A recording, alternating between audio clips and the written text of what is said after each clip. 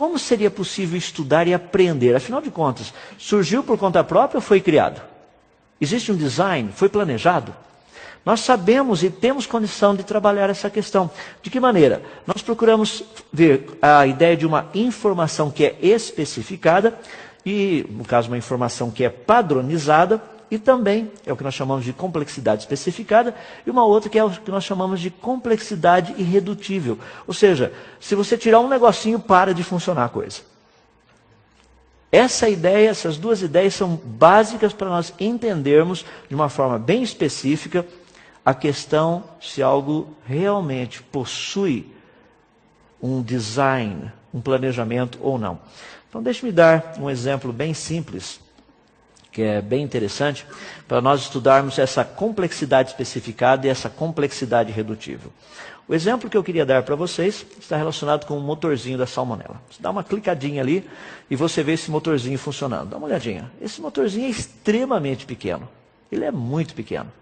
Para você ter uma noção, ele, tão pequenininho que ele é, se você pegar um fio de cabelo, no diâmetro desse fio de cabelo, daria para você colocar 8 milhões desses motorzinhos um do lado do outro.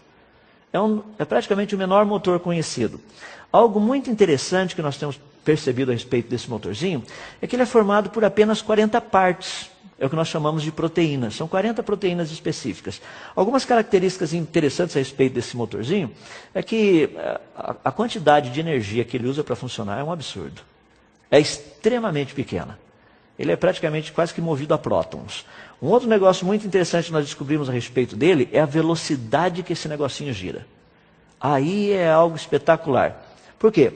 Ele gira literalmente a mais de 100 mil rotações por minuto. E ele precisa dar só 1/4 de volta para começar a girar na rotação oposta. O que isso significa? Esse motorzinho que é encontrado na salmonela, ele nos diz que a salmonela já vem com motor de fábrica que possui inclusive marcha ré. Ou seja, ela pode ir numa direção e de repente ela volta, muda todas essas coisas. Agora, aí nós estamos vendo algo fascinante sobre complexidade. Um motor perfeitamente funcional com 40 peças. Só 40 peças. Vamos parar e pensar um pouquinho.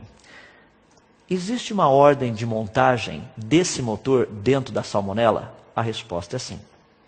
A salmonela começa produzindo um tipo de proteínas, como vocês estão vendo, monta a base do motor, monta o rotor dentro desse motor, coloca pinos de sustentação para que o motor não fique solto dentro da salmonela, coloca uma broca na pontinha desse motorzinho, esse motorzinho começa a girar, essa broquinha fura a membrana celular, daí a salmonela coloca um outro grupo de proteínas para formar um tipo de um anel de vedação, para não ter infiltração dentro da salmonela, daí ela coloca um outro tipo de proteína para fazer um tipo de um talo pequenininho ali, mas que seja muito flexível, mas que não quebre. Depois que isso é feito, ela vai montar um molde com 5 proteínas, fazendo com que outras proteínas que vão ser produzidas dentro dela vão passar por esse tubinho, e esse molde vai fazer com que essas proteínas sejam encaixadas uma do lado das outras, para que esse sisteminha funcione como se fosse aquela hélice de um motorzinho de barco ou de navio. Vou fazer uma pergunta.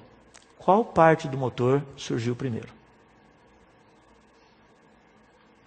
Porque isso é um exemplo do que nós chamamos de complexidade irredutível. Se você tirar uma pecinha, o que acontece com o motor?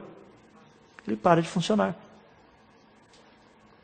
Mas qual parte teria surgido primeiro num processo evolutivo? Porque lembra que evolução é um aumento gradativo de complexidade. Qual parte teria surgido primeiro? Vamos supor que teria sido o eixo do motor. Mas o eixo do motor sem o resto serve para quê? Não serve para nada. Um eixo que não sirva para nada, ele literalmente seria eliminado pela seleção natural. O motor da salmonela é algo muito interessante, porque é um dos menores motores conhecidos e ele nos mostra claramente que ele só poderia ter sido criado. É algo impressionante. Por quê? Complexidade especificada, complexidade irredutível. Não existe como escapar. Eu fico assim impressionado com isso, eu estudando apenas alguns exemplos aqui, que vocês estão vendo, estão relacionados com a ideia de que esse motor teria supostamente evoluído de uma forma mais simples para uma forma mais complexa. Todos os estudos científicos nos mostram que o motor complexo, que é o da salmonela, poderia ter sido simplificado ao longo do tempo, perdendo algumas peças. Daí ele formaria um outro tipo de motorzinho, que é o que nós chamamos de motor de secreção T3SS. Nunca foi do simples para o complexo, sempre foi do complexo para o simples. Agora, é impressionante porque Darwin, ao escrever o seu livro, ele disse algo muito interessante lá na página 189 da publicação original, da primeira edição de 1859. Ele disse o seguinte: se pudesse ser demonstrada a existência de qualquer órgão complexo, como é o caso do motor da salmonela, o qual não pudesse ter sido formado por meio de numerosas, sucessivas, pequenas modificações, que é justamente o caso do motor da salmonela, ele diz o seguinte: minha teoria se tornaria um fracasso absoluto.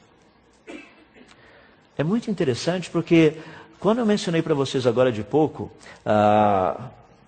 um exemplo usando a ideia específica de evidências.